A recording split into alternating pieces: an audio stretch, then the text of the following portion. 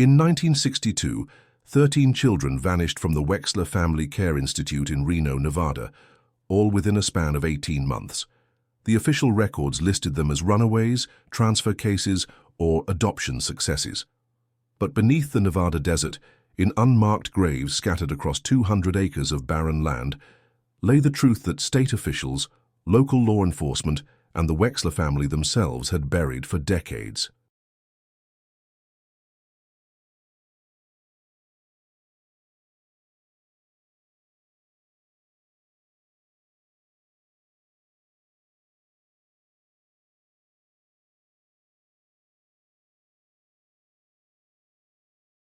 What emerged in 1987, when a construction crew broke ground for a new shopping center, would reveal one of the most systematic and protected institutional horror stories in American history.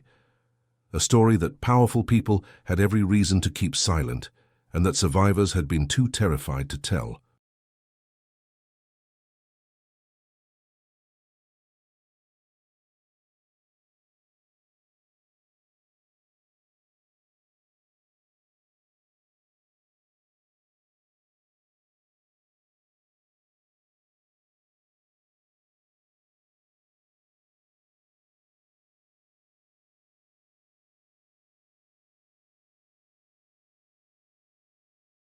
The institution's reputation. The Wexler Family Care Institute occupied a sprawling compound 20 miles southeast of Reno, Nevada, where the high desert stretched endlessly toward the Sierra Nevada mountains. From its founding in 1934 by Dr. Herman Wexler and his wife Ingrid, the facility had earned a reputation as one of the most progressive children's homes in the American West.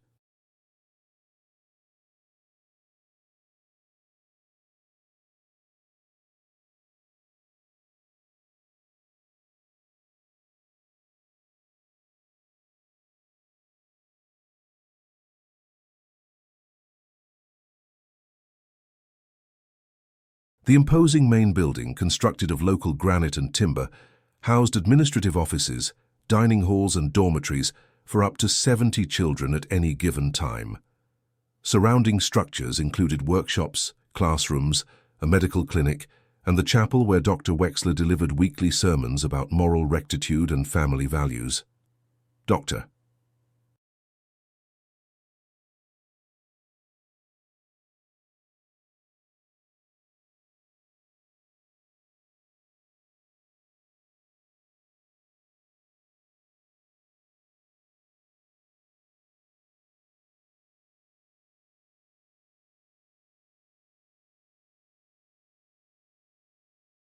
Hermann Wexler had immigrated from Austria in 1923, carrying credentials from the University of Vienna and a compelling vision for child welfare reform. He'd studied under pioneers in child psychology and social work, and his early published papers on institutional care models had earned him recognition in academic circles.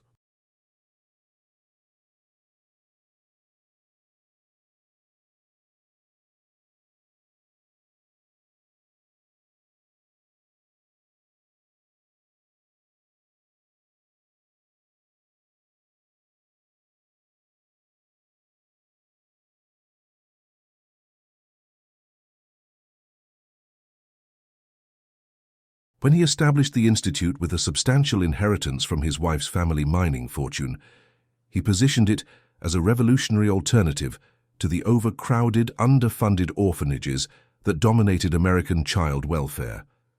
The institute's promotional materials emphasized its family-centered approach and therapeutic community model.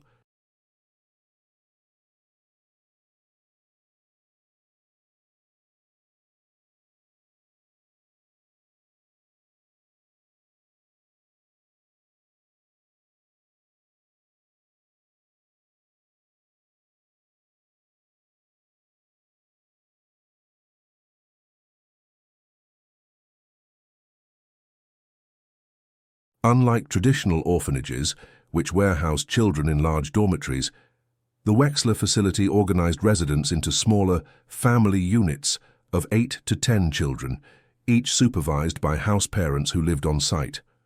The children attended classes in the institute's own schoolhouse, participated in agricultural and vocational training programs, and received what Dr. Wexler called individualized moral and spiritual guidance.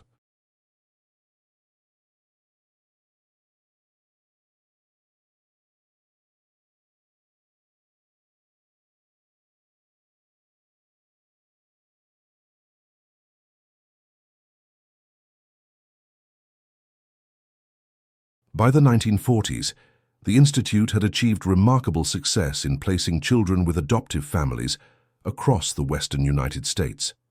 Social workers from California, Oregon, Washington, and Colorado regularly visited the facility to select children for adoption. The Wexler Institute's adoption rate exceeded 92%, a figure that impressed state officials and child welfare advocates throughout the region. Dr.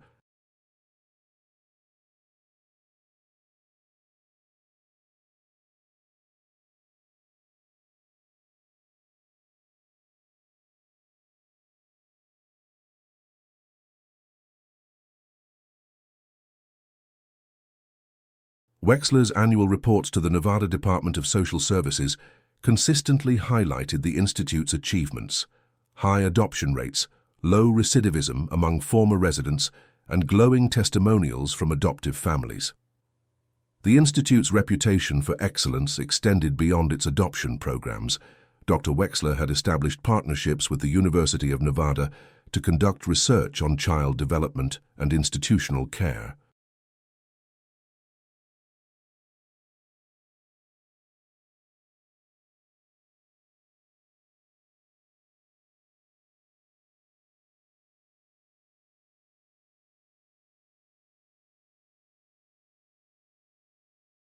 Graduate students in social work and psychology regularly completed internships at the facility, returning to their universities with praise for the Institute's innovative approaches. The facility hosted annual conferences that drew child welfare professionals from across the western states, cementing Dr. Wexler's status as a leading authority in his field. Local newspapers regularly featured positive stories about the Institute.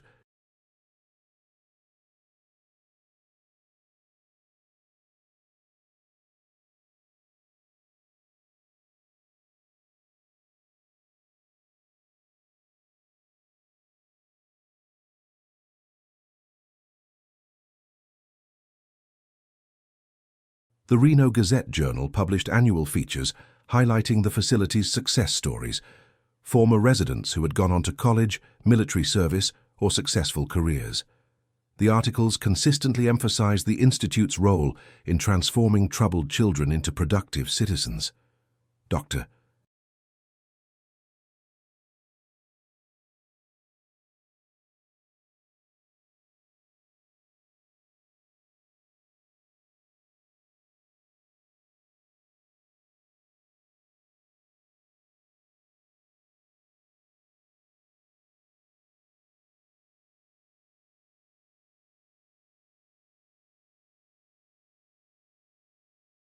Wexler himself became a sought-after speaker at community organizations, churches, and professional associations, where he advocated for increased funding for child welfare programs and expanded use of the family-centered institutional model. The facility's financial stability further enhanced its reputation.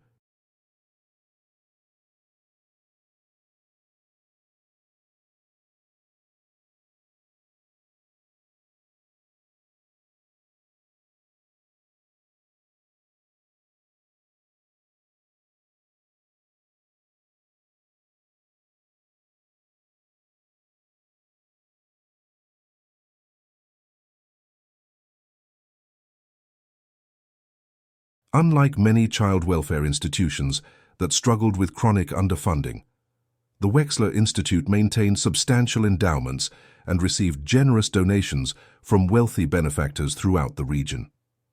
The Wexler family's mining connections provided a steady stream of financial support from Nevada's business elite.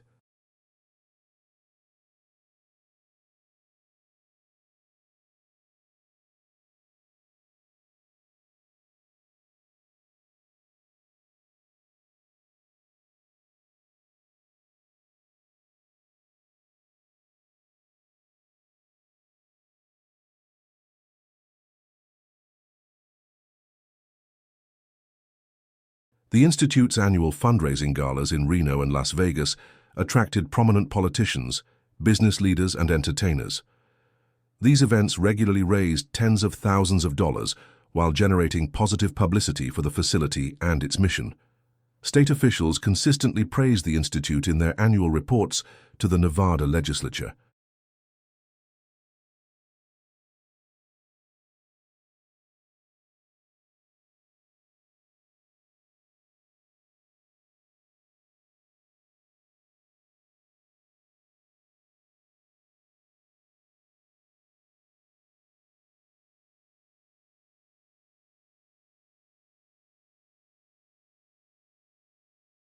The facility passed all inspections with outstanding ratings, and state social workers regularly cited it as a model for other institutions.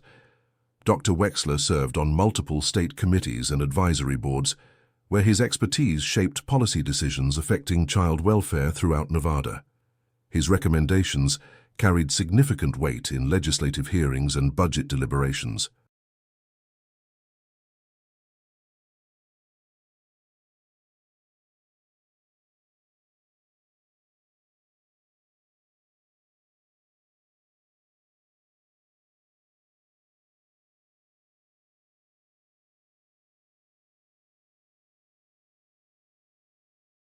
Governor Charles Russell personally commended the Institute in his 1955 State of the State address, calling it a shining example of Nevada's commitment to our most vulnerable citizens. The Institute's staff appeared to share Dr. Wexler's commitment to excellence. Many employees had worked at the facility for decades, creating a sense of institutional stability and continuity.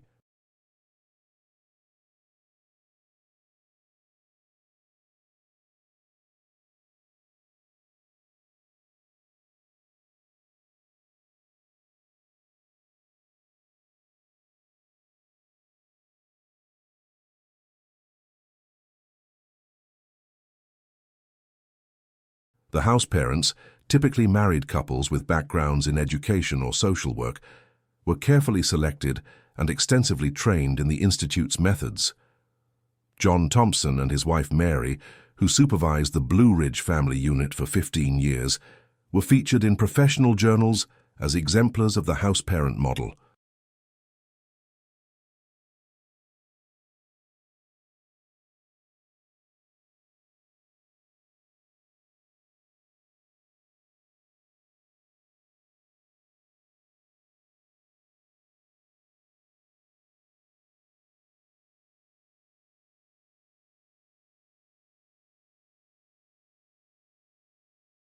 The teaching staff held advanced degrees and participated in ongoing professional development programs funded by the Institute's generous education budget. The medical staff included a full-time nurse, Helen Brooks, and a physician, Dr. Edward Collins, who visited the facility twice weekly to provide comprehensive health care for the residents. Dr.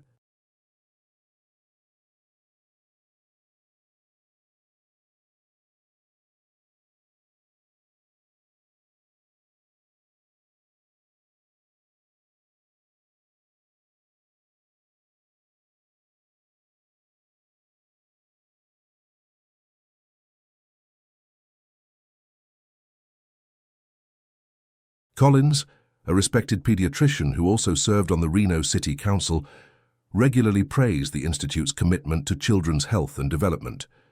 The facility maintained detailed medical records for each child and boasted vaccination rates and health outcomes that exceeded state averages. The children themselves seemed to thrive in this environment.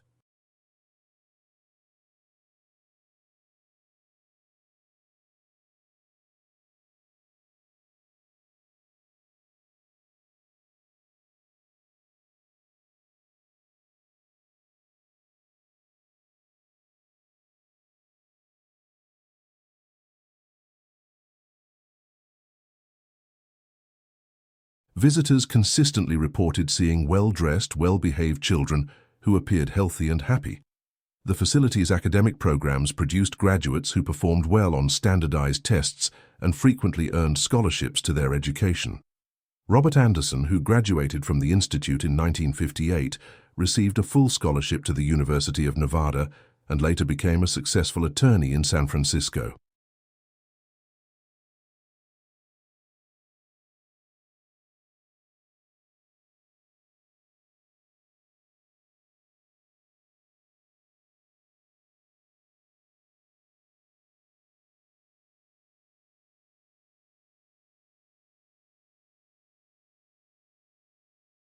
His story was frequently cited as evidence of the Institute's transformative power.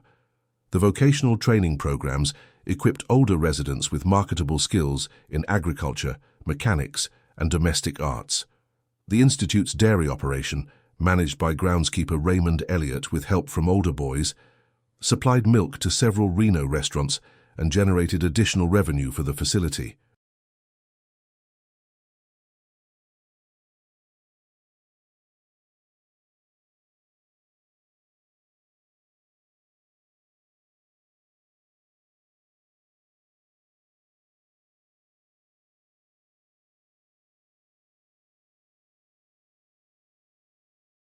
The Institute's athletic teams competed successfully against local high schools, and its choir and drama groups performed at community events throughout the region.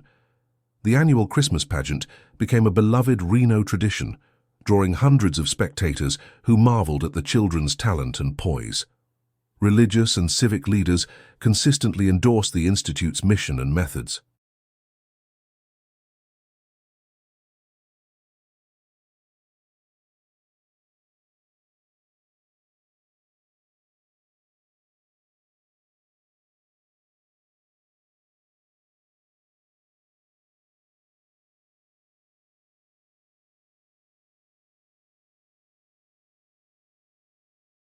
The facility maintained strong relationships with churches of multiple denominations, and many clergy members served on the Institute's board of directors.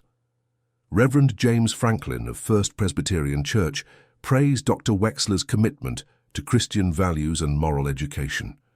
Local business leaders regularly donated money, equipment, and time to support the facility's programs.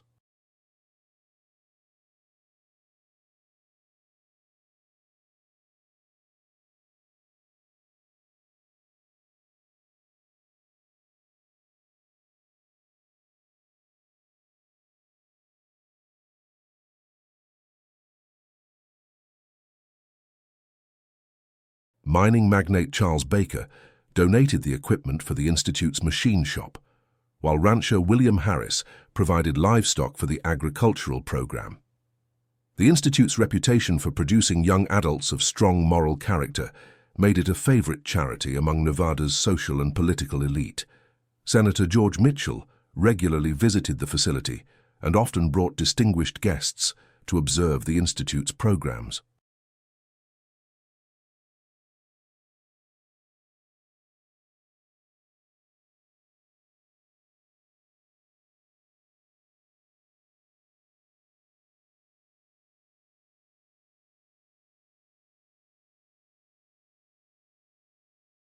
These visits invariably resulted in positive coverage in both local and national media, further cementing the facility's reputation for excellence.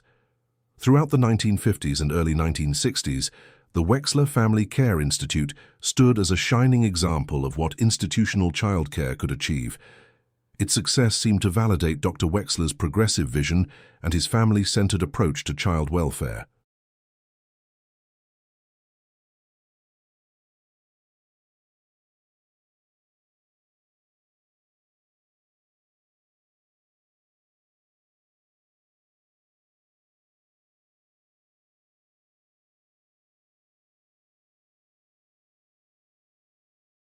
The facility's reputation for excellence was so well established that few people questioned its methods or outcomes.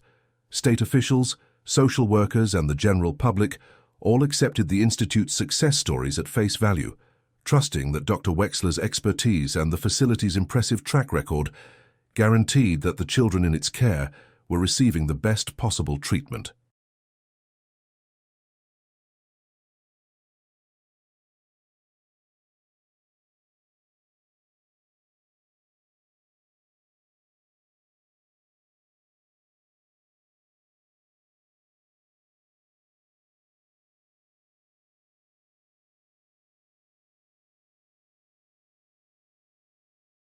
This reputation would prove to be both the Institute's greatest asset and its most effective shield against scrutiny.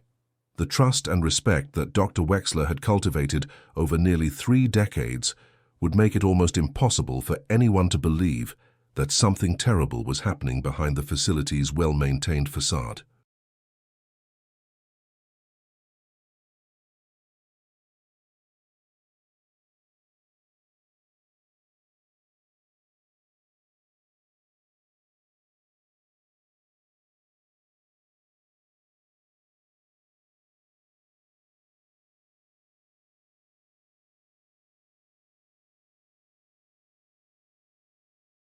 The very success that the Institute claimed to achieve would become the foundation upon which unspeakable horrors could be hidden from public view.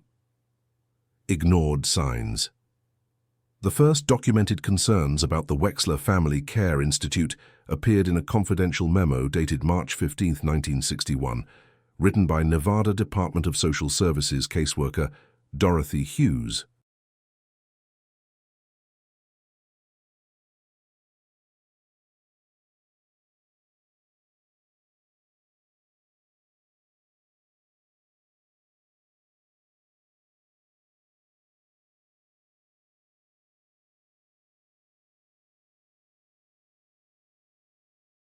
Hughes had been assigned to conduct routine follow-up visits with children who had been placed at the Institute during the previous year.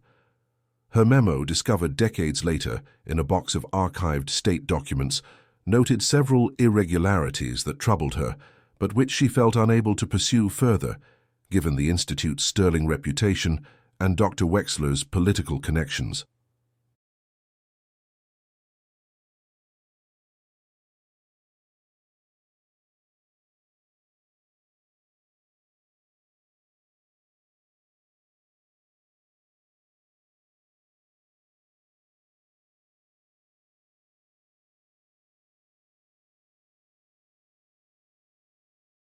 Hughes had attempted to locate 3 children, Tommy Richardson, age 12, Susan Palmer, age 9, and Bobby Carter, age 14, who had been placed at the Institute in 1960.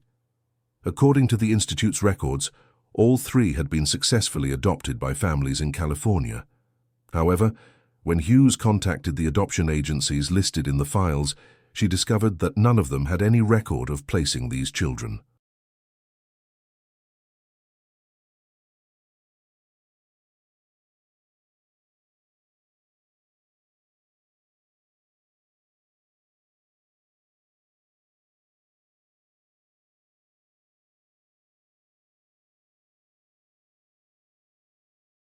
The California Department of Social Services had no documentation of these adoptions, and the supposed adoptive families either didn't exist or had never adopted children from Nevada. When Hughes raised these discrepancies with her supervisor, William Harris, she was told that the Institute's excellent reputation and Dr. Wexler's expertise made it unlikely that any serious problems existed. Harris reminded Hughes that Dr.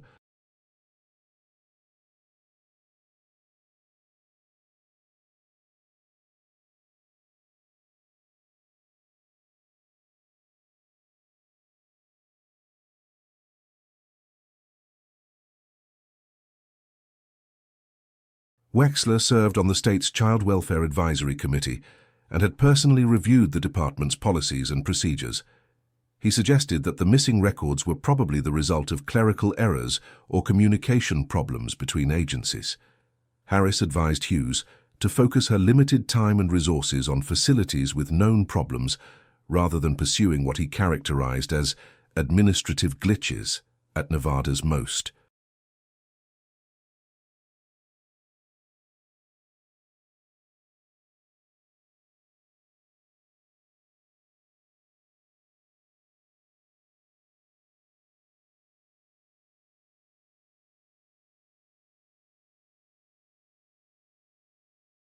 Successful child welfare institution. Similar concerns were raised by other social workers throughout 1961 and 1962. Margaret Wells, a veteran caseworker with 20 years of experience, reported that she had been unable to locate 5 children who had allegedly been adopted from the Institute. Her attempts to verify these adoptions had led to dead ends, with adoption agencies and state records offices having no documentation of the placements.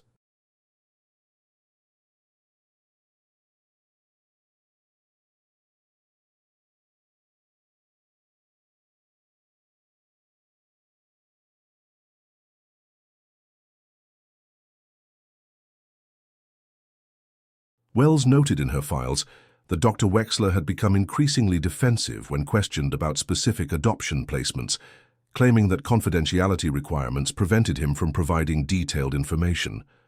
Wells also observed that the children she did see during her visits to the institute seemed unusually subdued and fearful.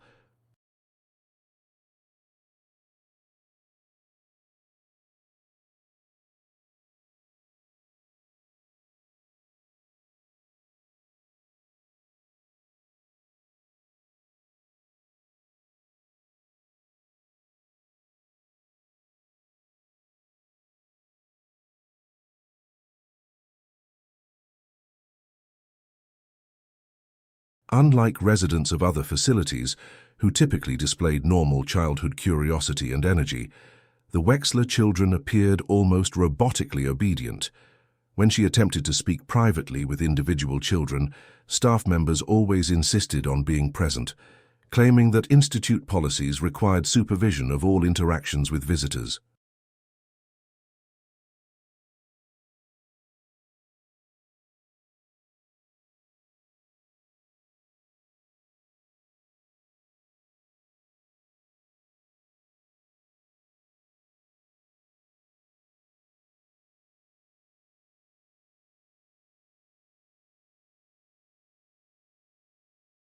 The Nevada State Police received their first report of suspicious activity at the institute in June 1962, when a former employee named Frank Reynolds contacted Detective Charles Baker.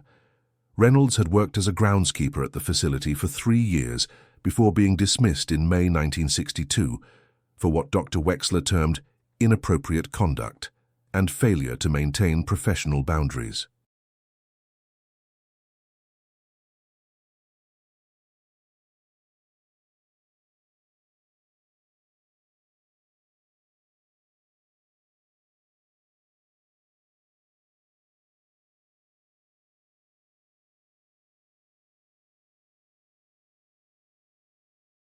Reynolds told Detective Baker that he had observed several troubling incidents during his employment, including children being punished by being locked in underground storage areas beneath the main building for days at a time. Reynolds reported specific incidents that had disturbed him.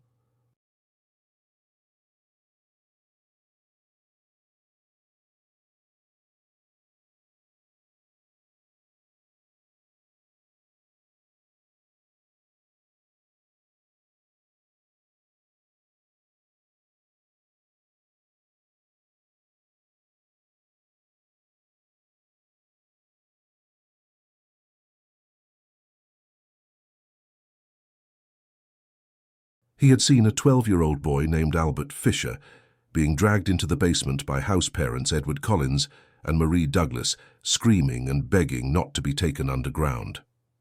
When Reynolds asked about the boy several days later, he was told that Albert had been adopted and had left the facility. However, Reynolds had noticed that the boy's belongings remained in his dormitory room for weeks after his alleged departure.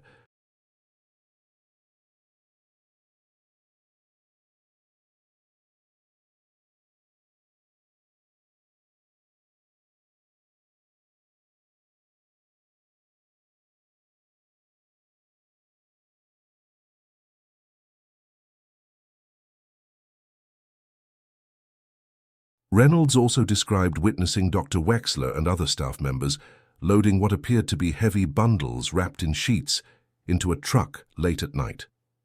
These bundles were transported to remote areas of the Institute's property where Reynolds could hear the sounds of digging.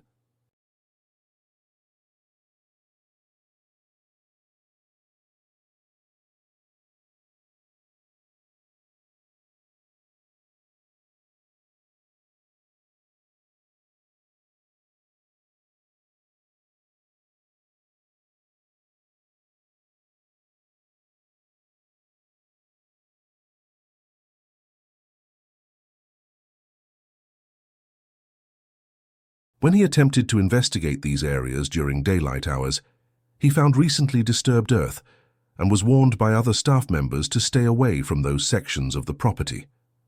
Detective Baker's investigation of Reynolds's claims was perfunctory at best. He visited the institute once, where he was given a tour by Dr. Wexler and several staff members. Dr.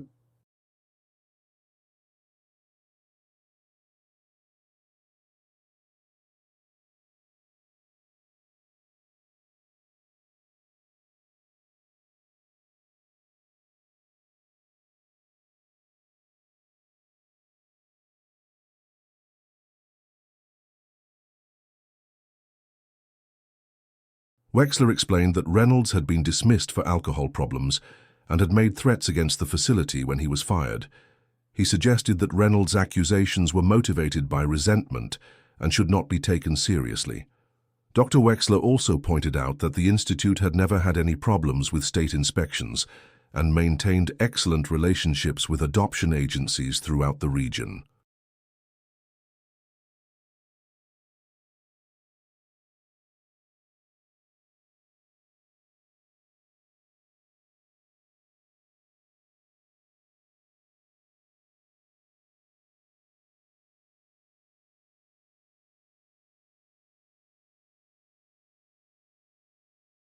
The detective's report, filed in July 1962, concluded that Reynolds's claims were unsubstantiated and likely motivated by personal grievances. Baker noted that Dr. Wexler had provided reasonable explanations for all of Reynolds's concerns and that the Institute's reputation for excellence made it unlikely that serious problems existed.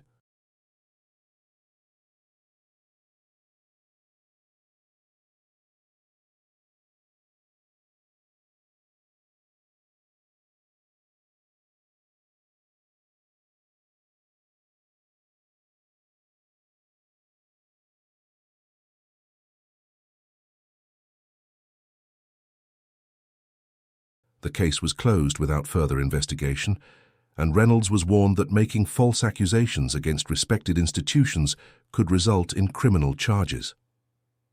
Throughout 1962 and 1963, several other incidents raised red flags that were subsequently ignored or explained away.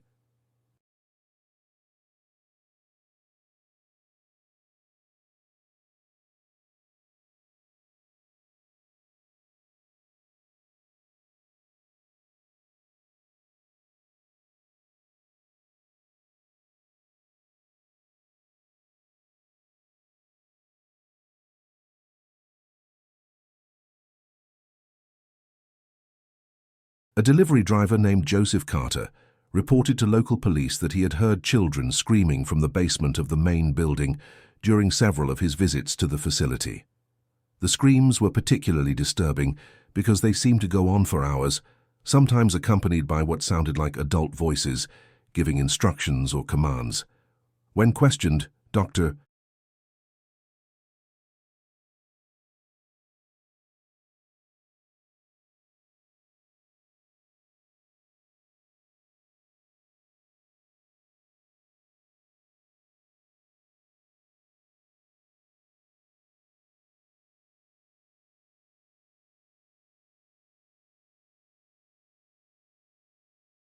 Wexler explained that the Institute used therapeutic isolation as a treatment method for children with severe behavioral problems. He provided the officer with professional literature supporting the use of such methods and assured him that all treatments were conducted under medical supervision. Dr.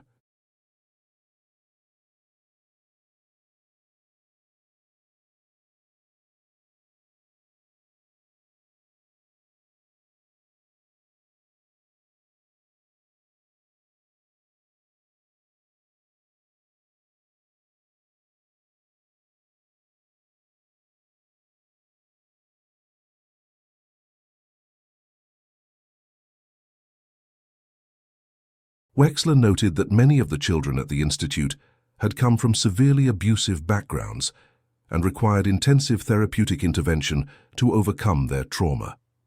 A nurse named Helen Brooks, who had worked at the Institute's medical clinic for 6 months in 1963, contacted the Nevada State Medical Board with concerns about the treatment of injured children at the facility.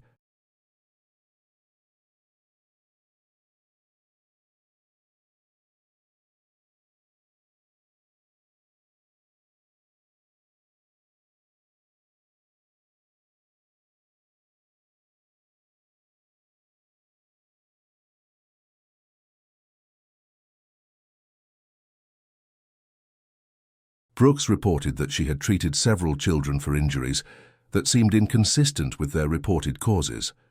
She documented cases of children with broken bones who claimed to have fallen down stairs, burns that were allegedly caused by kitchen accidents, and cuts that were supposedly the result of workshop mishaps. Brooks also noted that Dr.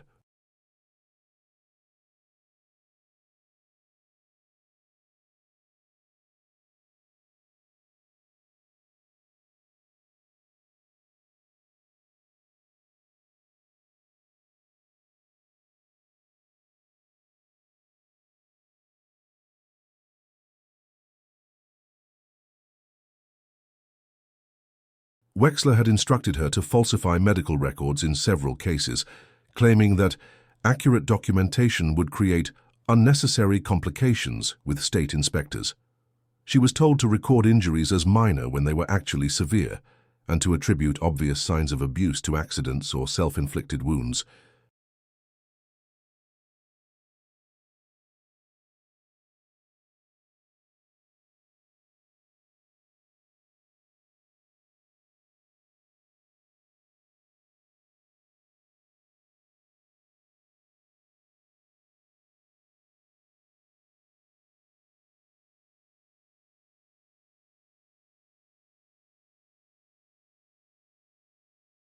When Brooks refused to comply with these instructions, she was dismissed from her position and warned that speaking about her experiences at the Institute could result in legal action against her.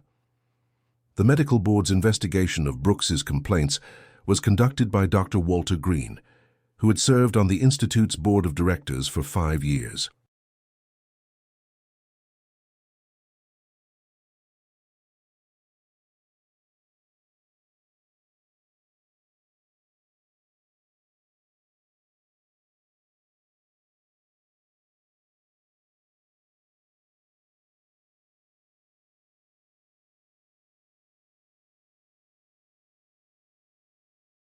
Green concluded that Brooks's concerns were based on misunderstandings of the Institute's treatment protocols and that her accusations about falsified records were completely without merit. He noted that Brooks had been dismissed from the facility for professional incompetence and suggested that her complaints were motivated by anger over her termination.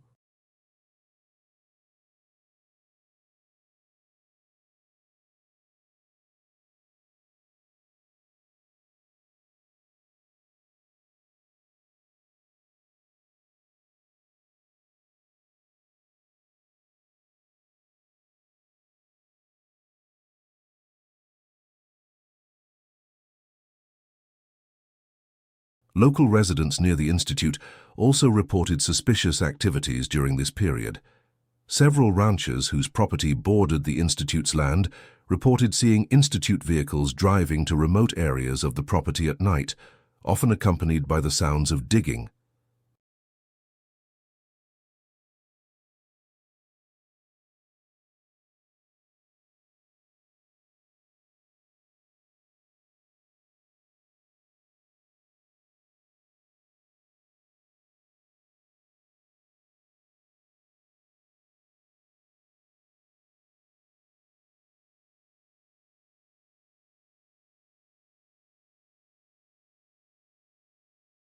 Arthur Newman, whose ranch adjoined the Institute's eastern boundary, reported finding disturbed earth and what appeared to be clothing fragments buried in shallow depressions near the property line. When these reports reached local law enforcement, they were dismissed as routine maintenance activities or agricultural work related to the Institute's farming programs.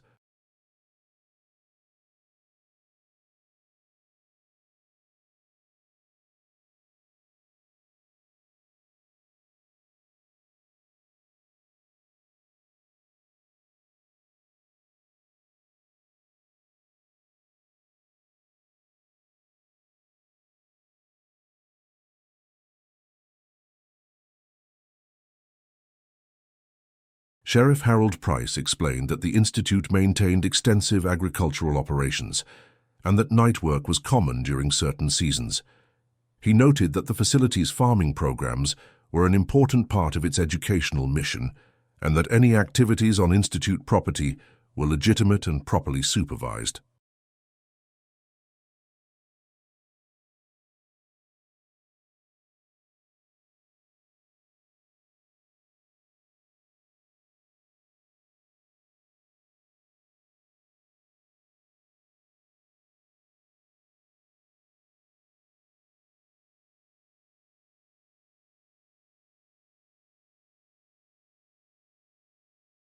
The most significant warning sign came in October 1963, when a 15-year-old girl named Ruth Palmer escaped from the institute and made her way to the Reno police station. Palmer told officers that she had witnessed the murder of another resident, a 13-year-old boy named Tommy Richardson, by Dr. Wexler and several staff members.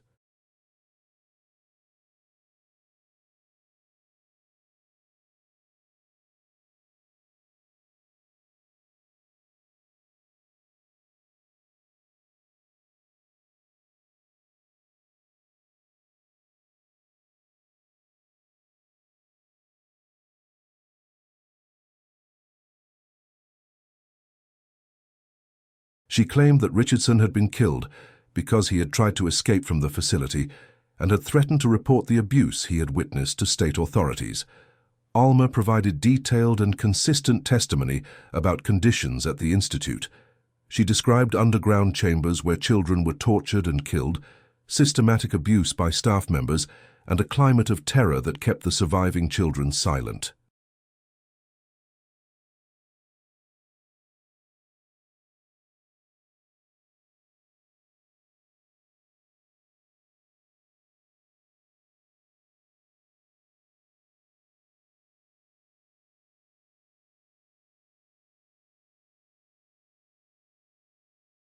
She named specific staff members who had participated in the abuse and provided details about the locations where bodies had been buried on the institute's property.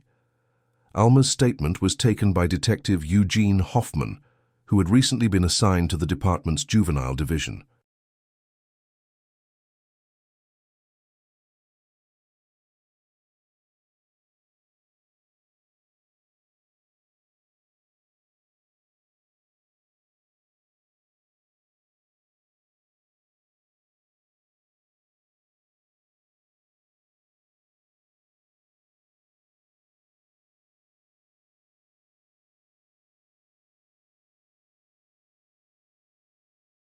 Hoffman was troubled by the girl's detailed and consistent account of events at the institute, but his superiors were reluctant to pursue an investigation against such a respected institution without more substantial evidence. Police Chief Ralph Daniels reminded Hoffman that Dr.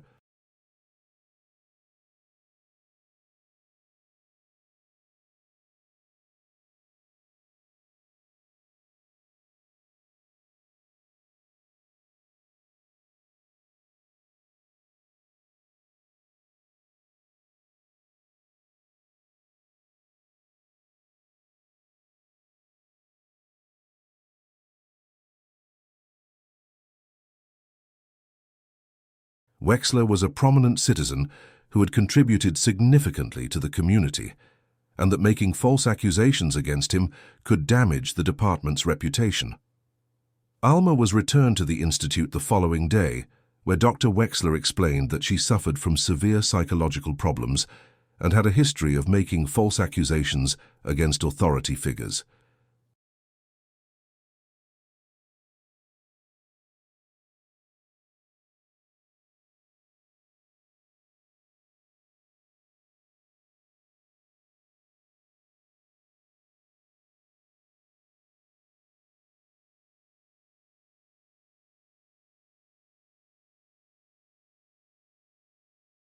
He provided documentation of Palmer's supposed mental health issues and assured police that she would receive appropriate treatment for her conditions.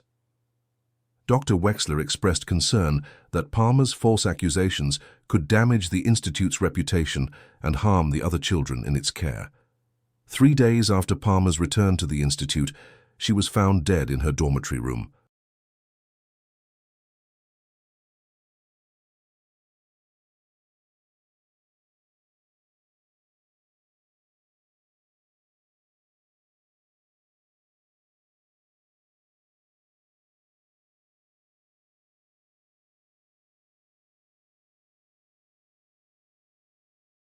The official cause of death was listed as suicide by hanging, but no investigation was conducted into the circumstances of her death. Dr. Wexler explained to state officials that Palmer had been receiving treatment for depression and suicidal ideation, and that her death, while tragic, was not unexpected given her mental health history.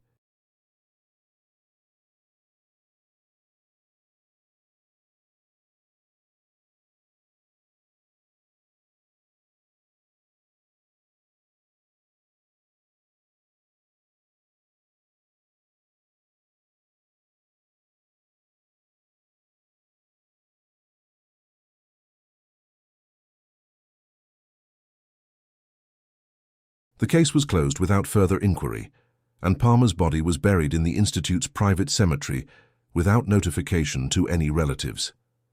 The pattern of ignored warnings continued throughout 1964 and 1965.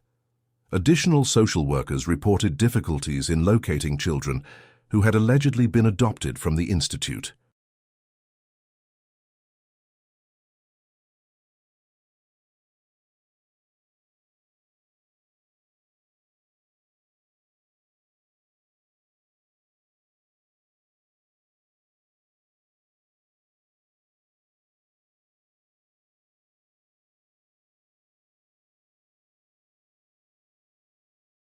Former employees came forward with stories of abuse and suspicious disappearances, only to be discredited or intimidated into silence.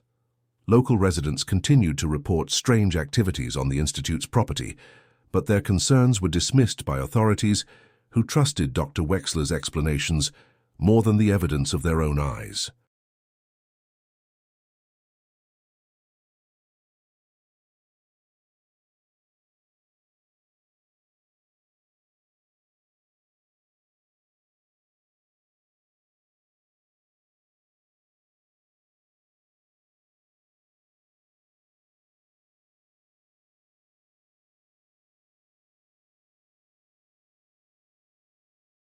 Lawrence Harper, a maintenance worker who had briefly been employed at the institute, reported seeing children's clothing and personal belongings being burned in large bonfires on the property.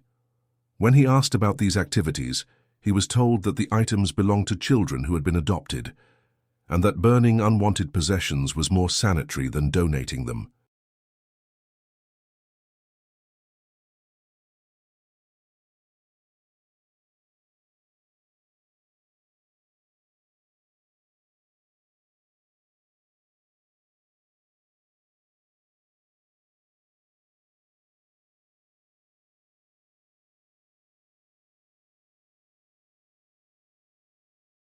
Harper was dismissed from his position shortly after asking these questions and was warned not to discuss his observations with anyone outside the facility. The reputation that Dr. Wexler had so carefully cultivated over 3 decades had become an impenetrable shield against scrutiny.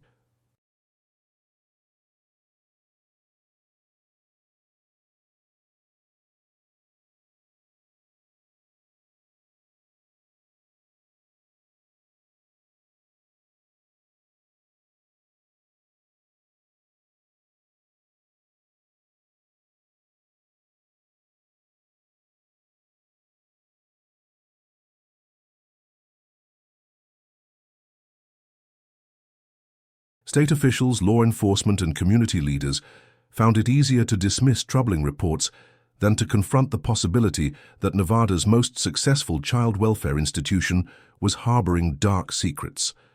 The trust that Dr. Wexler had earned through years of public service and professional achievement made it virtually impossible for anyone to believe that he could be capable of the crimes that desperate voices were trying to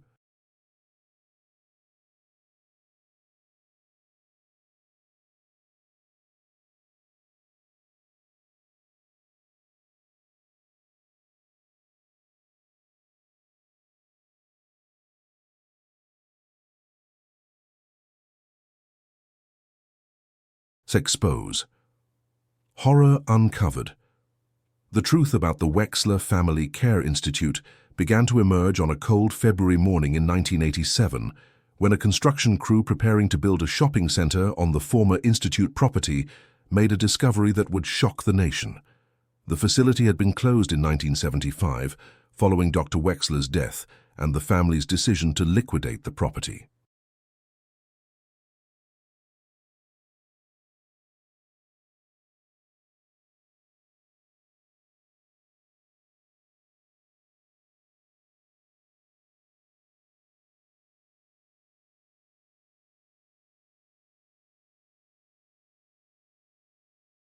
For 12 years, the 200-acre site had sat empty, gradually being reclaimed by desert vegetation and wildlife. The construction foreman, George Mitchell, was operating a bulldozer to clear brush when his blade struck something hard approximately 3 feet below the surface. Initially assuming he had hit a rock or piece of old equipment, Mitchell climbed down to investigate.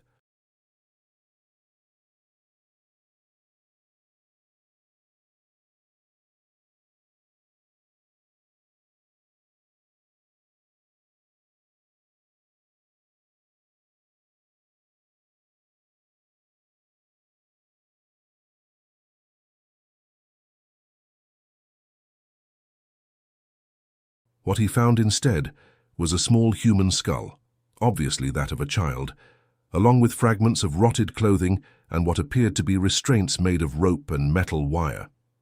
Mitchell immediately stopped work and contacted the Washoe County Sheriff's Office. Sheriff Ernest Chapman arrived on scene within an hour, accompanied by Detective Roy Fletcher, who had extensive experience with homicide investigations.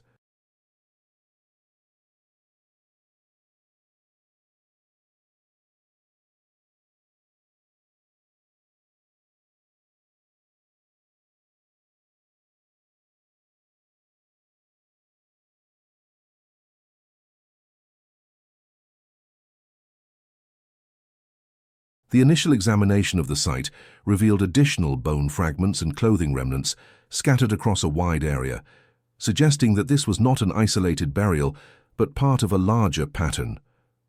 The discovery prompted an immediate investigation by the Nevada State Police, now under the leadership of Detective Harold Price, who had joined the force in 1975.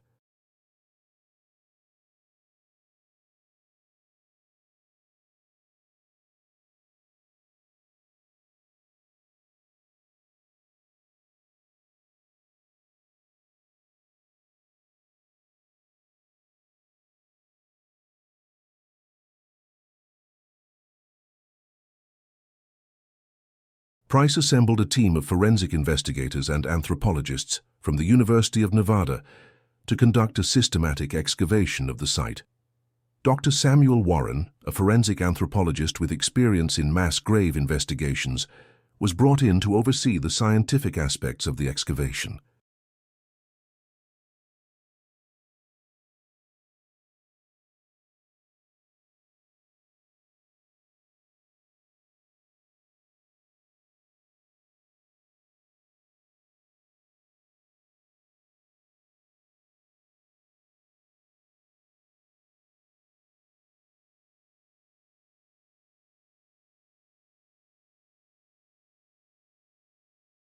What they uncovered over the following 6 months would reveal one of the most systematic and horrific cases of institutional child abuse in American history.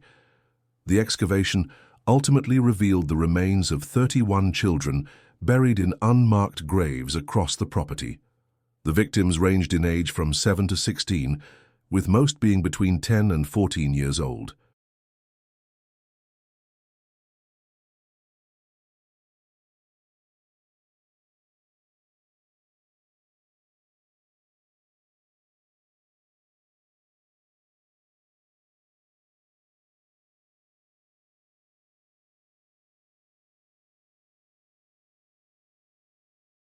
Forensic analysis revealed that the children had died over a period spanning from 1955 to 1974, with the majority of deaths occurring between 1960 and 1965, the period when social workers and former employees had reported the most suspicious activities. The condition of the remains told a horrific story. Many of the children showed evidence of prolonged physical abuse, including healed fractures, malnutrition, and signs of restraint injuries.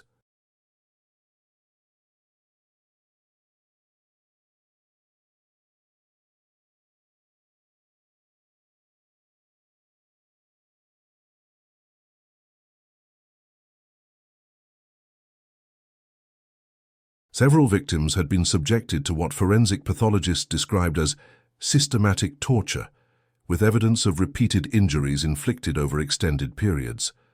The cause of death in most cases appeared to be violence, though the advanced decomposition of the remains made it impossible to determine exact causes in many instances. Dr. Warren's analysis revealed patterns of injury that suggested deliberate and methodical abuse.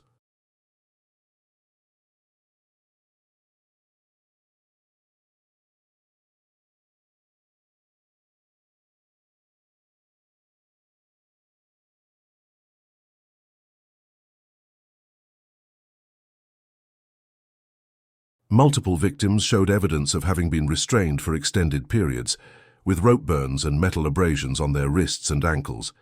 Several skulls showed fracture patterns consistent with repeated blunt force trauma, while others displayed evidence of strangulation.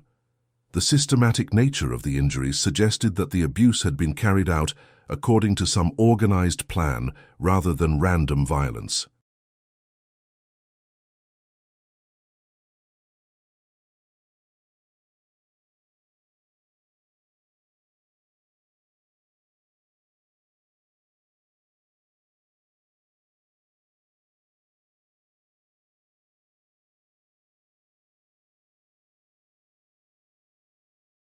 The investigation team also discovered a network of underground chambers beneath the main building that had been carefully concealed during the facility's operation.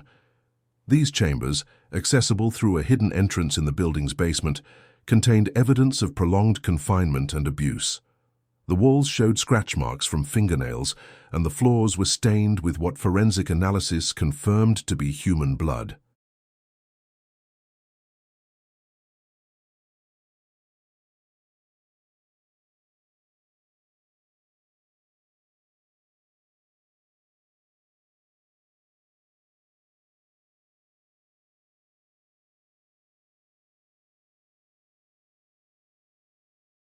Iron rings mounted in the walls had been used to restrain victims, and the chambers contained implements that could only have been used for torture. The underground complex was more extensive than investigators had initially realized. In addition to the main chambers, there were smaller cells that appeared to have been used for solitary confinement, a room that contained what appeared to be surgical equipment, and a larger space that seemed to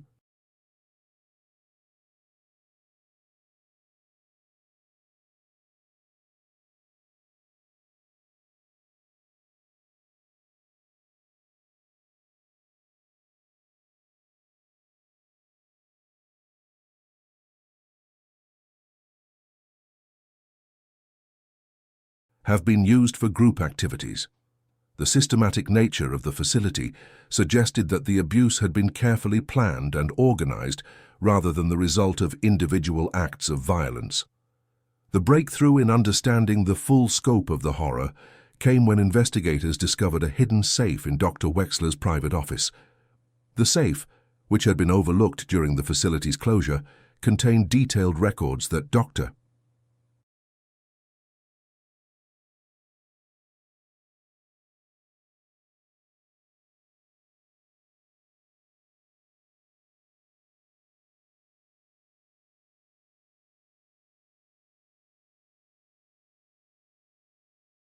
Wexler had maintained of his activities.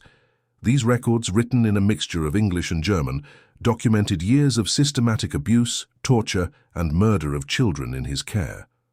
Dr. Wexler's records revealed that he had been selecting victims based on specific criteria: children with no family connections, those who had been abandoned or surrendered by parents, and those whose disappearance was unlikely to prompt serious investigation.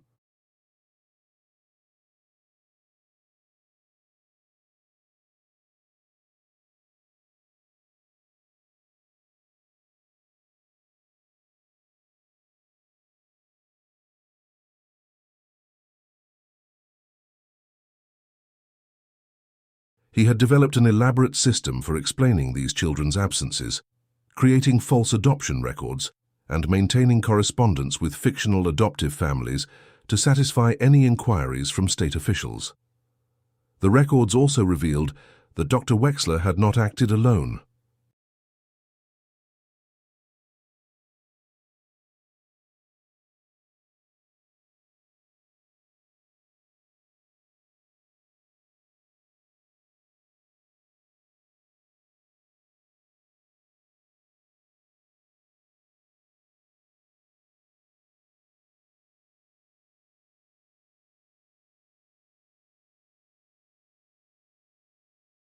Several staff members had participated in the abuse, including house parents Edward Collins and Marie Douglas, groundskeeper Raymond Elliott, and medical staff member Dr. Albert Fisher. The records indicated that these individuals had been gradually recruited into Dr. Wexler's activities through a combination of financial incentives, blackmail, and psychological manipulation. The documentation showed that Dr.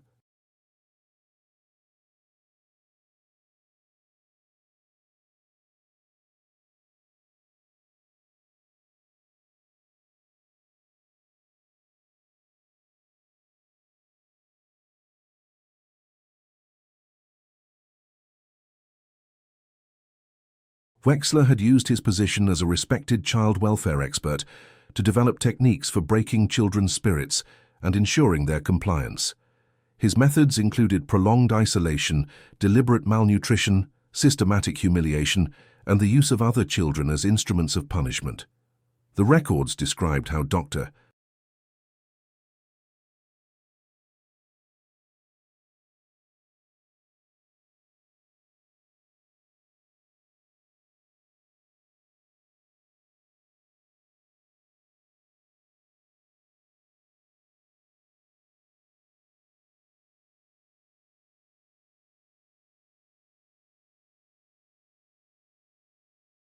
Wexler had created an atmosphere of terror within the facility, where children were afraid to speak out, because they had witnessed what happened to those who tried to resist or escape. The most disturbing aspect of Dr. Wexler's records was their clinical detachment. He had documented the abuse and murders with the same methodical precision he had once applied to his legitimate research.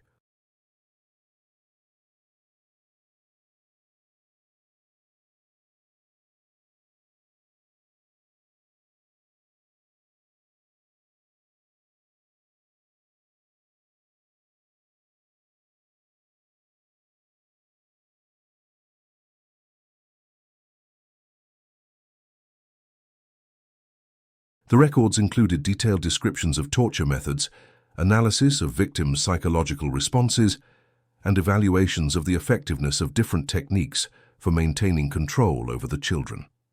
It became clear that Dr. Wexler had viewed the children not as human beings, but as subjects for his depraved experiments.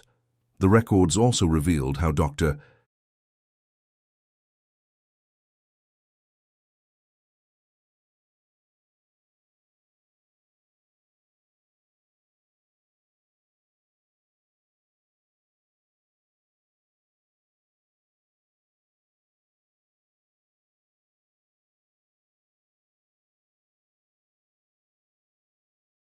Wexler had used the Institute's reputation and his own professional standing to recruit accomplices and silence potential whistleblowers. He had compromised numerous officials through bribery, blackmail, and the gradual normalization of increasingly horrific behavior. The documents showed that several prominent community leaders had been aware of at least some of the abuse, but had chosen to remain silent in exchange for financial benefits or to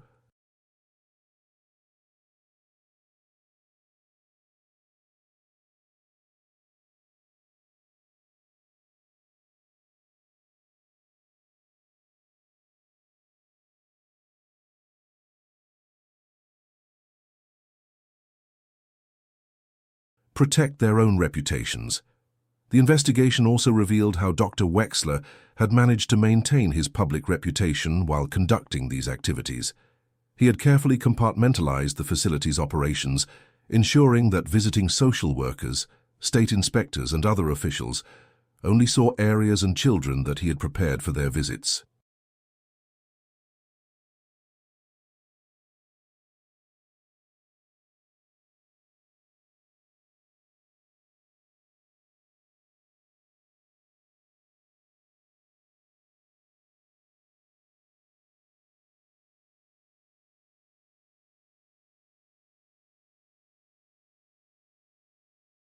He had trained certain children to serve as ambassadors, who would interact with visitors and present a positive image of the facility while keeping the most traumatized victims hidden in the underground chambers. The records showed that Dr. Wexler had also cultivated relationships with corrupt officials who helped protect him from investigation.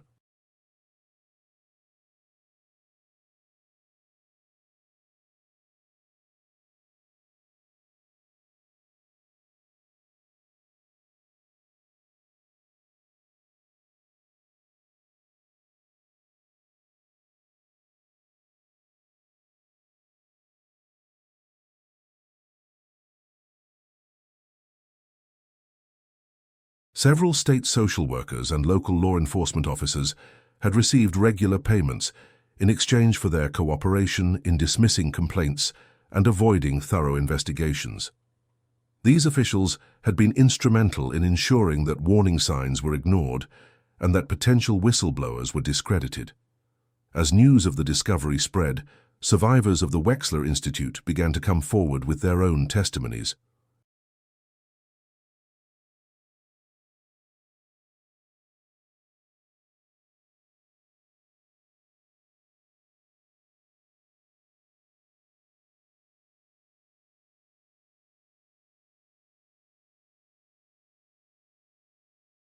These individuals, now adults in their 30s and 40s, had been too traumatized and afraid to speak out earlier.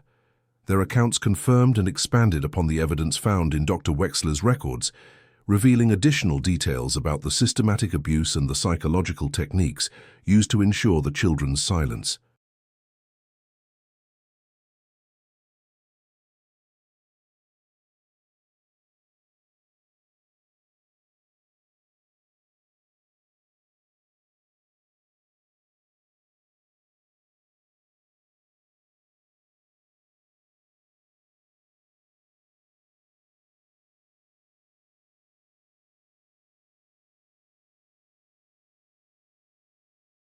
One survivor, Martha Steele, who had been a resident from 1963 to 1967, testified that she had witnessed multiple murders and had been forced to participate in the burial of victims.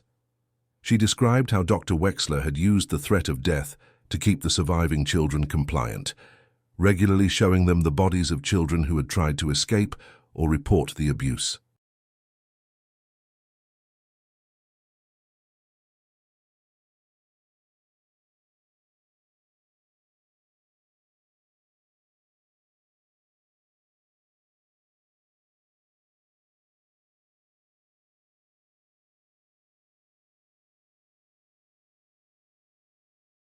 Steele explained that many survivors had been so thoroughly traumatized that they had repressed their memories of the events, only beginning to recall them when the news of the discovery triggered their recollections.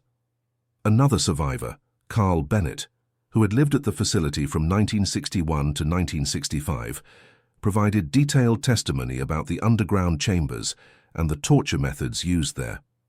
Bennett described how Dr.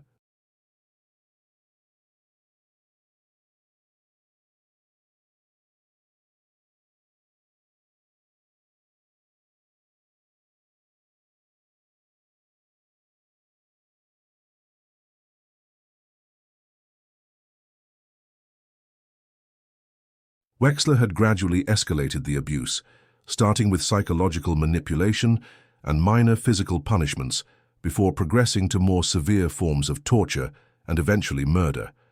He explained that the children had been kept in a constant state of terror, never knowing who would be selected next for abuse or execution. The testimonies of these survivors revealed additional horrific details about life at the Institute.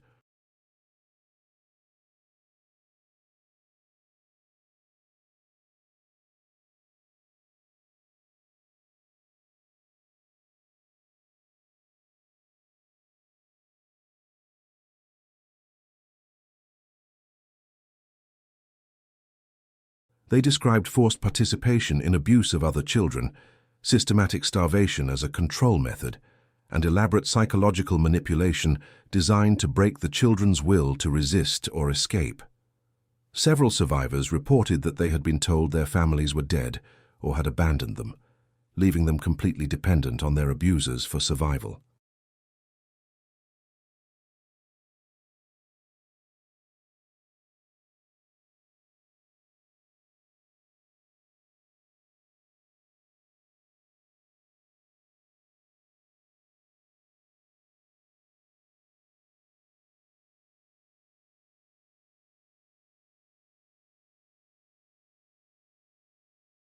The survivors also provided information about children who had disappeared from the facility, but whose remains had not yet been found. Their testimonies suggested that the total number of victims was likely higher than the 31 bodies that had been recovered, and that additional burial sites might exist on the property or in surrounding areas. The testimonies of these survivors, combined with the physical evidence and Dr.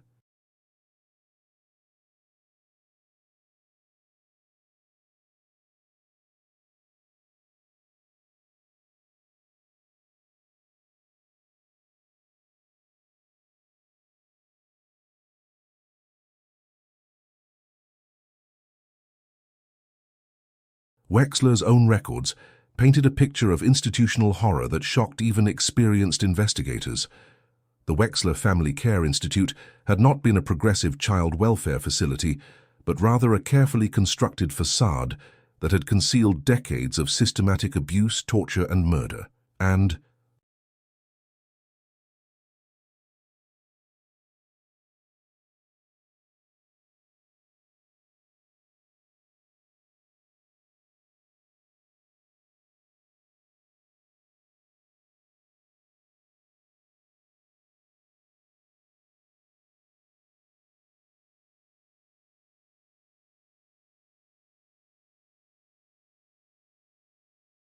the very reputation for excellence that had protected the facility from scrutiny had been built on the suffering and deaths of the most vulnerable members of society.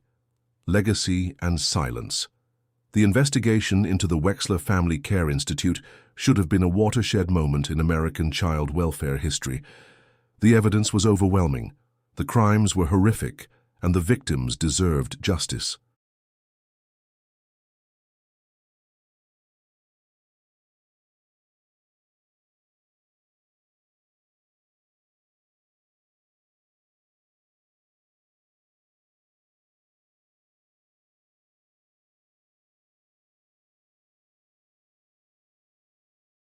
Instead, what followed was a systematic campaign to minimize the scandal, protect the living perpetrators, and ensure that the full truth would never see the light of day.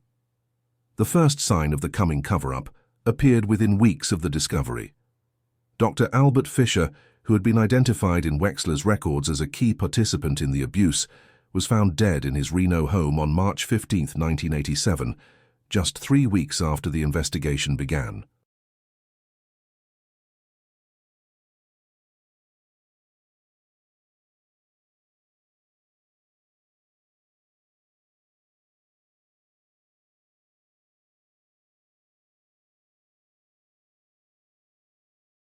The official cause of death was listed as suicide by drug overdose, but the circumstances were suspicious.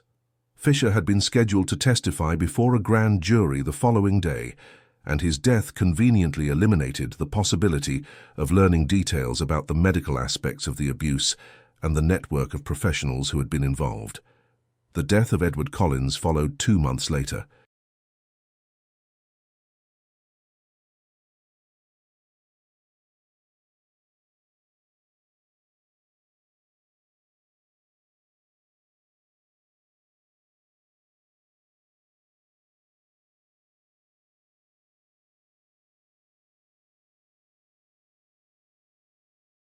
Collins, who had served as a house parent at the facility for over a decade, was killed in what police described as a random robbery while walking to his car after dinner at a Reno restaurant. The supposed robbers were never identified, and nothing was taken from Collins's wallet or car.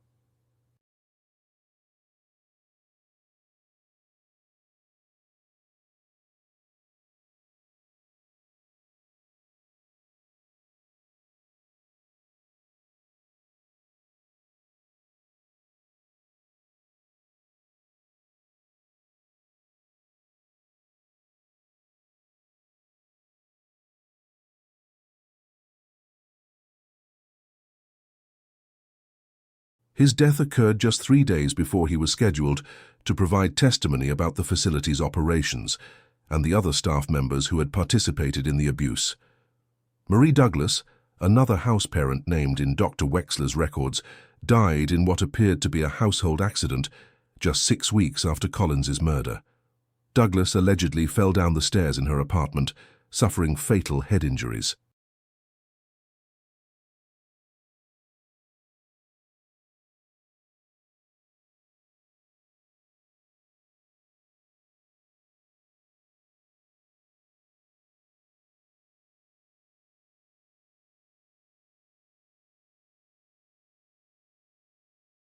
However, neighbors reported hearing sounds of a struggle before the fall, and the pattern of injuries suggested that she had been pushed rather than having accidentally fallen.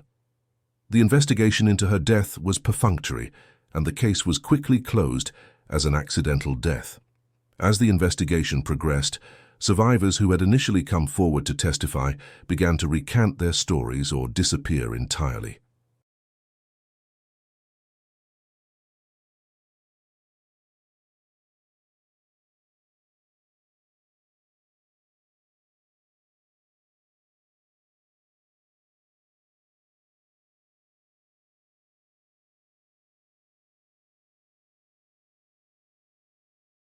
Martha Steele, whose testimony had been crucial in corroborating the evidence found in Dr. Wexler's records, suddenly claimed that she had fabricated her accounts and that her memories had been distorted by psychological problems. She refused to cooperate further with investigators and moved out of state immediately after making this statement.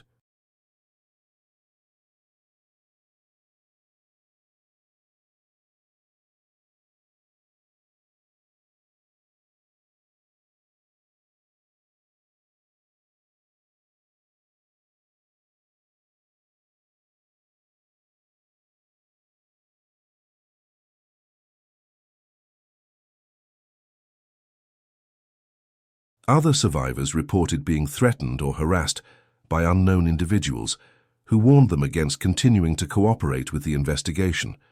Carl Bennett, who had provided detailed testimony about the underground chambers, reported that his home had been burglarized and that family photographs and personal documents had been stolen, while valuable items were left untouched.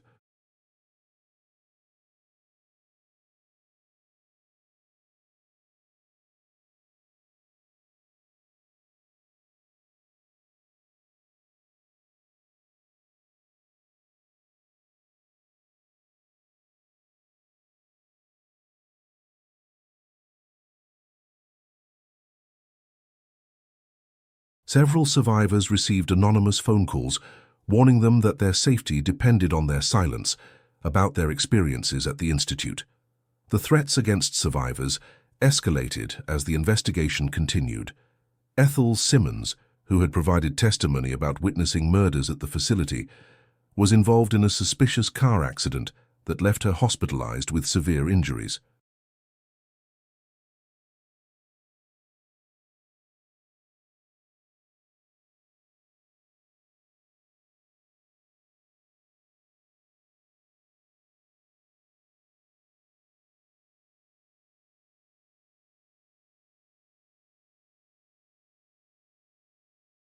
The accident occurred on a straight stretch of highway in good weather conditions, and investigators found evidence that her brake lines had been tampered with.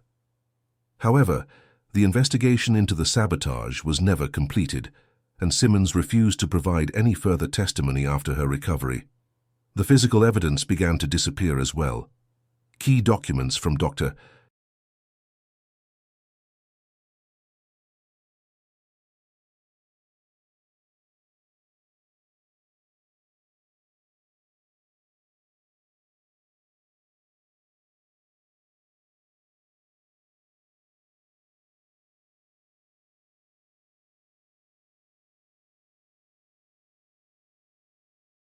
Wexler's records were reportedly lost or destroyed in a fire at the evidence storage facility. The underground chambers beneath the main building were filled with concrete and sealed before forensic investigators could complete their analysis.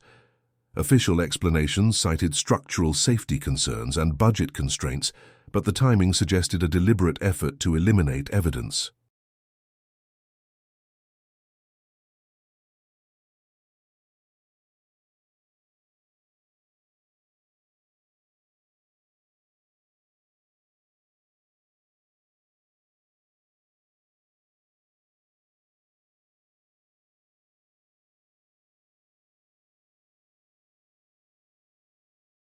The forensic analysis of the victim's remains was also compromised. Several of the most important specimens were lost or contaminated during the laboratory examination process, making it impossible to determine exact causes of death or to identify specific perpetrators.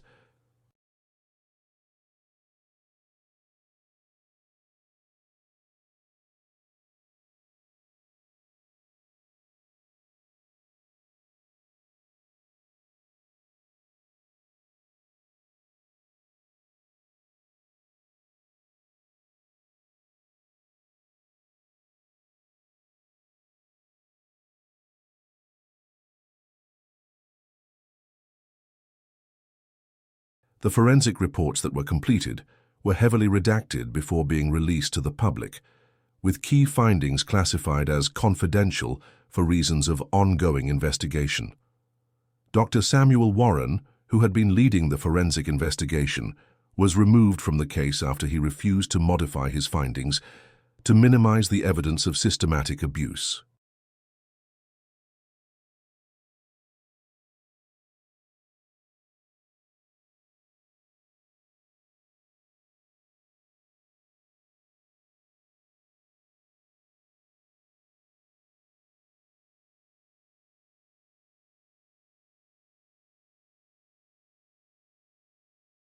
Warren was replaced by a state-appointed forensic expert who concluded that many of the injuries could have been caused by accidents or post-mortem damage, significantly undermining the strength of the evidence against the perpetrators. The grand jury investigation that had been convened to examine the case was quietly disbanded in late 1987 after producing no indictments.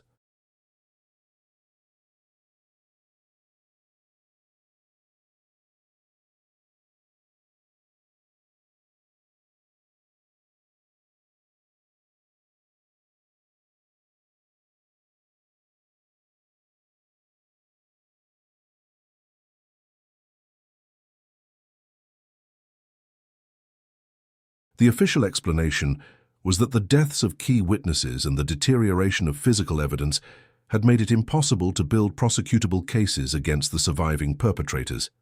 In reality, the investigation had been hampered by a lack of cooperation from state officials and law enforcement agencies that had been complicit in the original cover-up.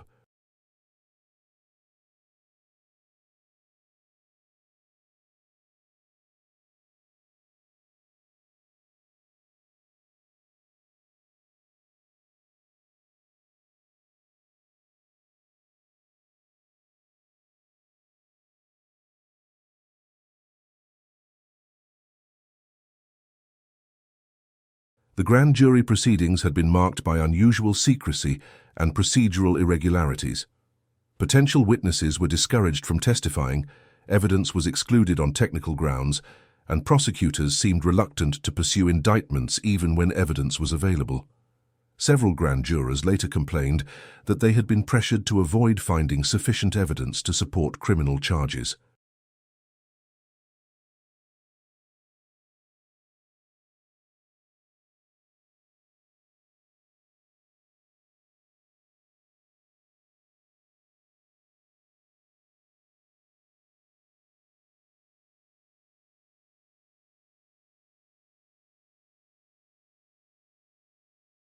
The surviving staff members who had been identified as participants in the abuse were never prosecuted. Raymond Elliott, the groundskeeper who had helped bury the victims, died of an apparent heart attack just days before he was scheduled to testify. The timing of his death eliminated another key witness and further weakened the prosecution's case. Other surviving staff members simply vanished from public view.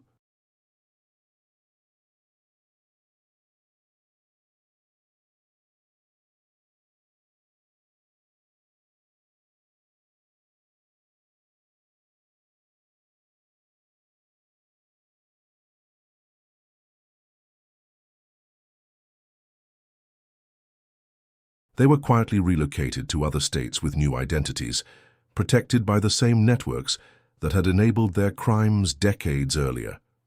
Attempts by investigators to locate these individuals were frustrated by bureaucratic obstacles and a lack of cooperation from agencies that should have been assisting the investigation.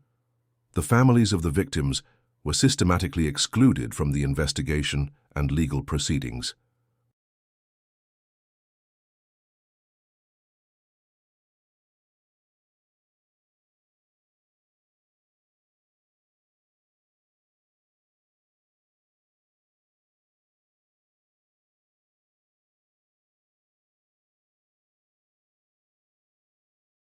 Many of the children who had died at the facility had been orphans or had been abandoned by their families, making it difficult to identify relatives who might have standing to demand justice.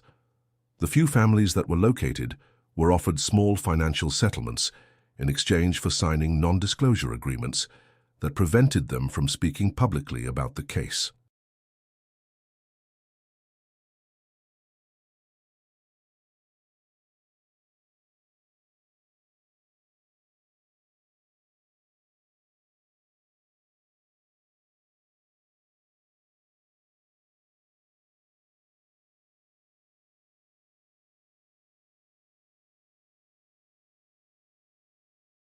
The settlement agreements were structured to minimize publicity and prevent the families from pursuing independent legal action.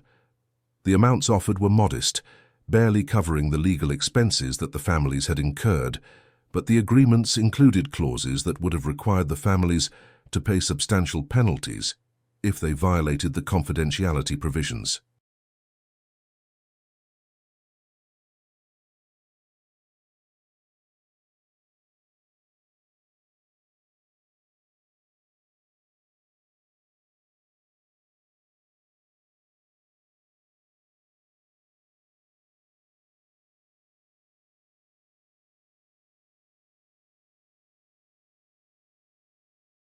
The media coverage of the Wexler case was carefully managed to minimize its impact. Major news outlets were discouraged from pursuing in-depth investigations, and journalists who attempted to dig deeper into the story found their access to information blocked by official secrecy. Key documents were classified, witnesses were unavailable for interviews, and editors received pressure from advertisers and political contacts to downplay the story.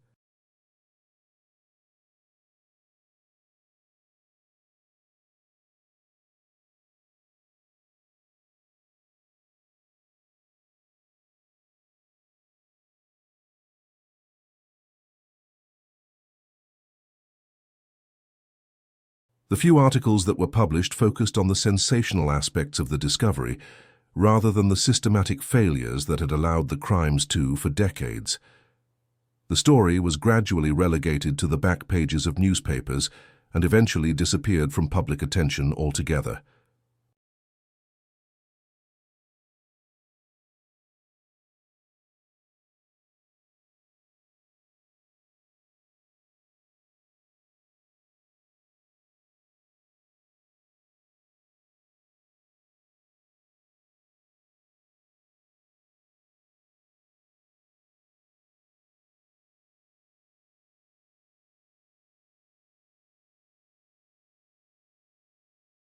Television news coverage was minimal and superficial, treating the case as an isolated incident rather than evidence of broader problems in the child welfare system. The final element of the cover-up was the destruction of the facility itself. In 1988, the main building and all remaining structures were demolished, officially to make way for the shopping center that had been planned before the discovery of the graves.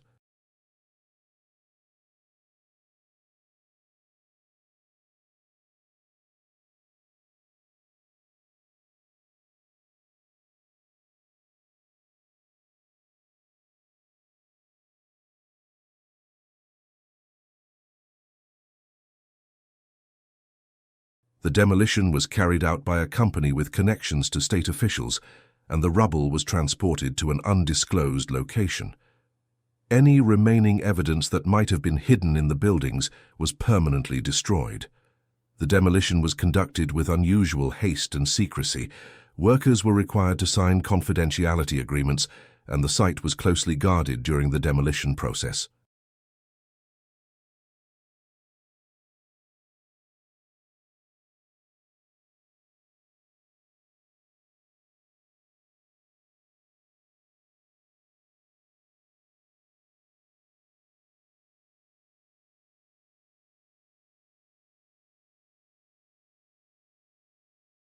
Environmental concerns about potential contamination from the underground chambers were dismissed without proper testing, and the site was cleared for commercial development despite the objections of several survivors and victim advocates. The shopping center that was eventually built on the site made no reference to the facility's dark history.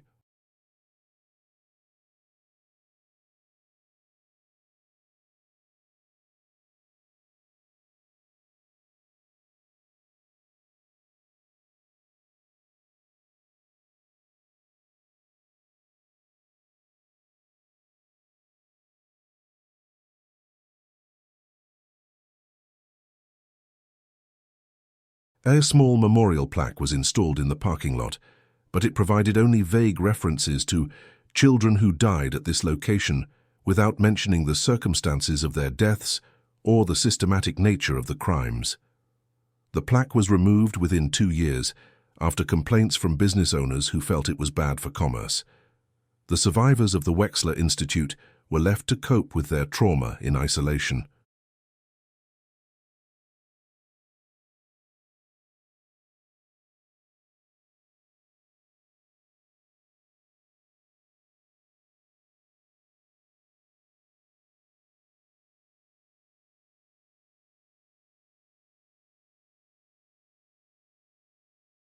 Many struggled with psychological problems, substance abuse, and difficulties maintaining relationships throughout their lives.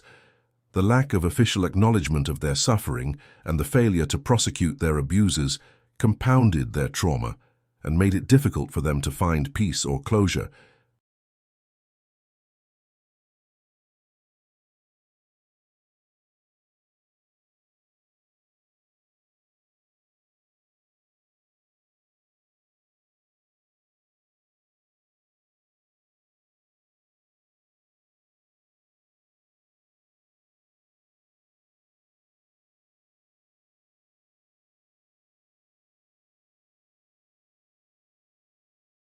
Several survivors died by suicide in the years following the investigation, unable to cope with the memories that the discovery had triggered and the realization that justice would never be served. Others lived in fear that speaking out about their experiences would result in retaliation from the powerful forces that had protected the facility's operations for so long.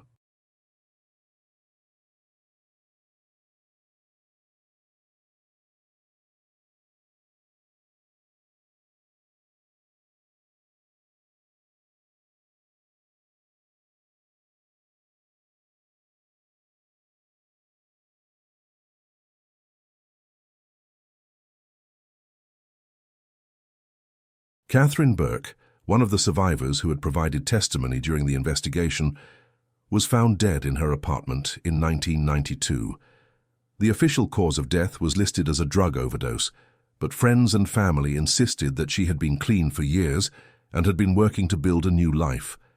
Her death followed a series of threatening phone calls and suspicious incidents that had left her increasingly paranoid and fearful.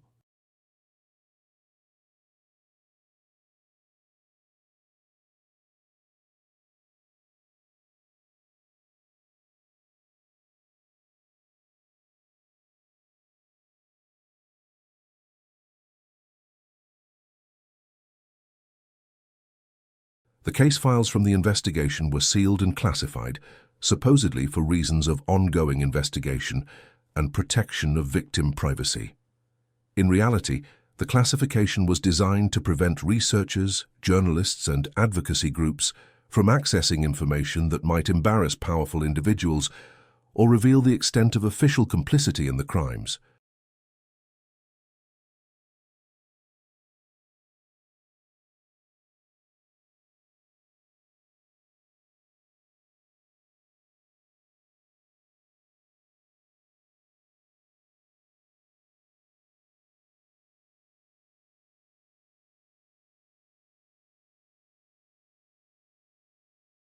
Legal challenges to the classification of the documents were unsuccessful, with courts consistently ruling that the materials contained sensitive information that could compromise ongoing investigations or violate the privacy rights of individuals involved in the case.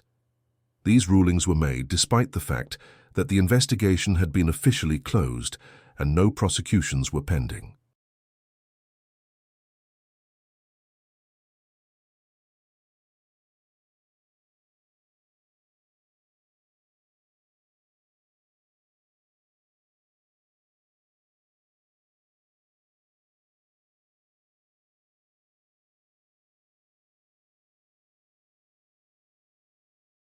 Today, more than 3 decades after the discovery of the graves, the Wexler Family Care Institute case remains largely forgotten.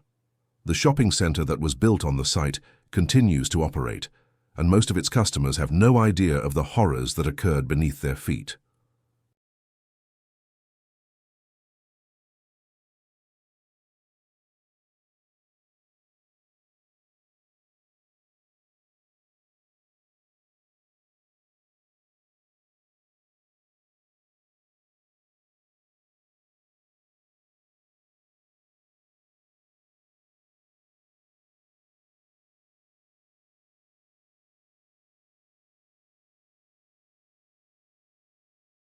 The few survivors who are still alive have learned to keep their memories to themselves, understanding that the forces that protected their tormentors are still active and that speaking out would only bring them more suffering.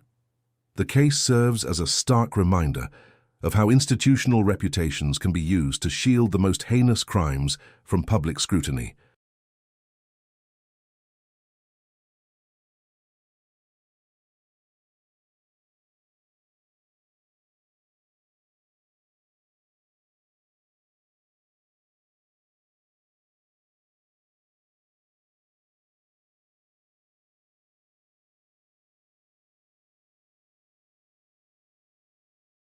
It demonstrates the power of established networks to protect their own, even when faced with overwhelming evidence of systematic abuse and murder. Most importantly, it shows how the most vulnerable members of society can be victimized not only by their direct abusers, but also by the systems that are supposed to protect them.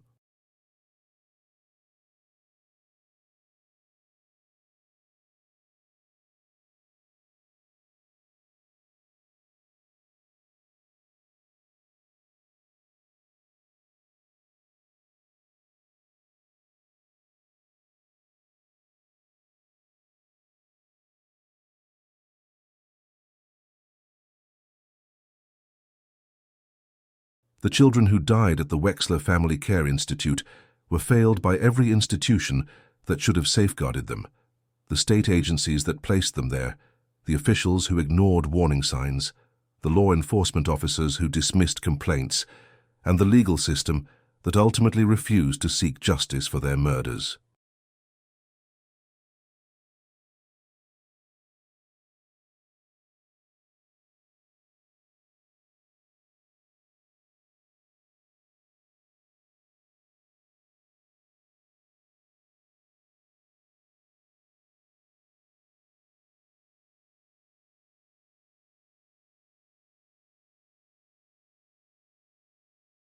Their deaths remain unavenged, their suffering unacknowledged, and their stories untold, buried beneath the desert sand and the weight of official